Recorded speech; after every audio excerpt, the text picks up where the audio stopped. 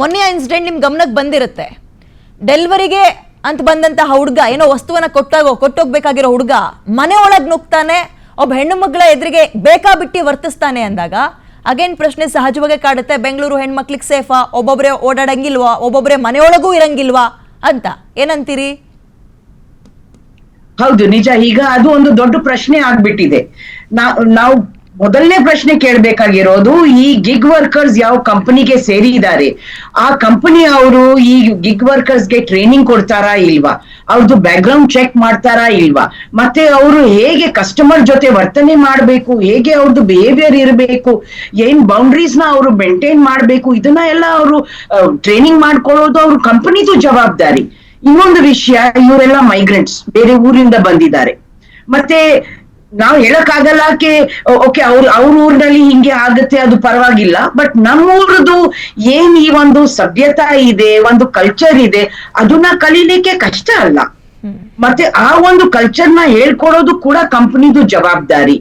Company ಅವ್ರ ಹತ್ರ ಇಂಥ ಕಂಪ್ಲೇಂಟ್ಸ್ ನಾವು ಮಾಡಿದ್ರೆ ತಕ್ಷಣ ಅದಕ್ಕೆ ಒಂದು ಅಟೆನ್ಷನ್ ಕೊಟ್ಟು ಅದಕ್ಕೆ ಯಾವ್ದಾದ್ರೂ ಒಂದು ಕ್ರಮ ತಗೊಳ್ಳೇಬೇಕು.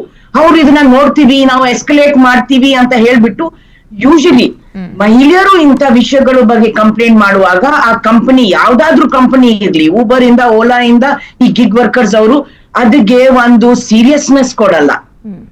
ಯಾಕಂದ್ರೆ ಅದು ಒಂದು ಪುರುಷ ಪ್ರಧಾನ ಯೋಚನೆ. ಈ ಯೋಚನೆಯಲ್ಲಿ ಇದೆಲ್ಲ ಸಹಜ, ಪುರುಷರು ಹುಡುಗರು ಇದೆಲ್ಲ ಮಾಡ್ತಾರೆ, ಇದಕ್ಕೆಲ್ಲ ನೀವು ಕಂಪ್ಲೇಂಟ್ ಮಾಡ್ತೀರಾ.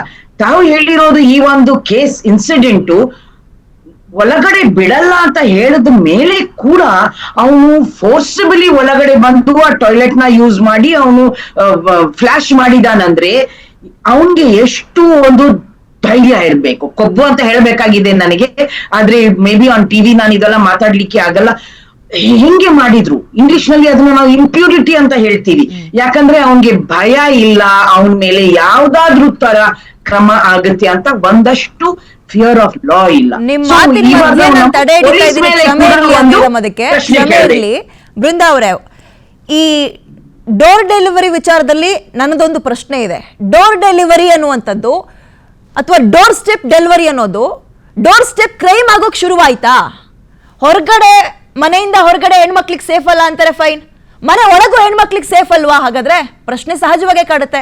ಕಣ್ಣು ಮುಚ್ಕೊಂಡು ಯಾವ್ಯಾವ ಆಪ್ ಬರುತ್ತೆ ಎಲ್ಲವನ್ನು ಡೌನ್ಲೋಡ್ ಮಾಡ್ಕೊಳ್ತೀವಿ, 2 ನಿಮಿಷಕ್ಕೆ ಬಂದ್ಬಿಡುತ್ತೆ ನಿಮ್ಮನೆ ಬಾಗ್ಲಿಗೆ.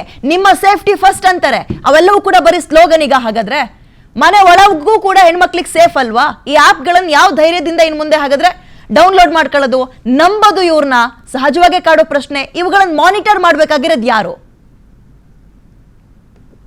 ತುಂಬಾ ಕರೆಕ್ಟ್. ಯಾಕಂದ್ರೆ ಒಂದು ನಾವು ಕನ್ಸ್ಯೂಮರ್ಸ್ ಅಂದ್ರೆ ನಾವು ಡೌನ್ಲೋಡ್ ಮಾಡ್ತೀವಿ, ನಮ್ಗೆ ಒಂದು ನಂಬಿಕೆ ಇದೆ, ನಮ್ ಮೇಲೆ ಆ ಒಂದು ಒತ್ತಡನೆ ಹಾಕ್ಬಾರದು. ನೀವು ಆಪ್ ನ ಲೋಡ್ ಮಾಡಿದೀರಾ, ಯಾಕೆ ನೀವು ಅದ್ರ ಬಗ್ಗೆ ಯೋಚನೆ ಮಾಡ್ತಾ ಇಲ್ಲ? ಆಪ್ ಲೋಡ್ ಮಾಡಿರೋದು ನನ್ ಕನ್ವೀನಿಯನ್ಸ್ಗೆ.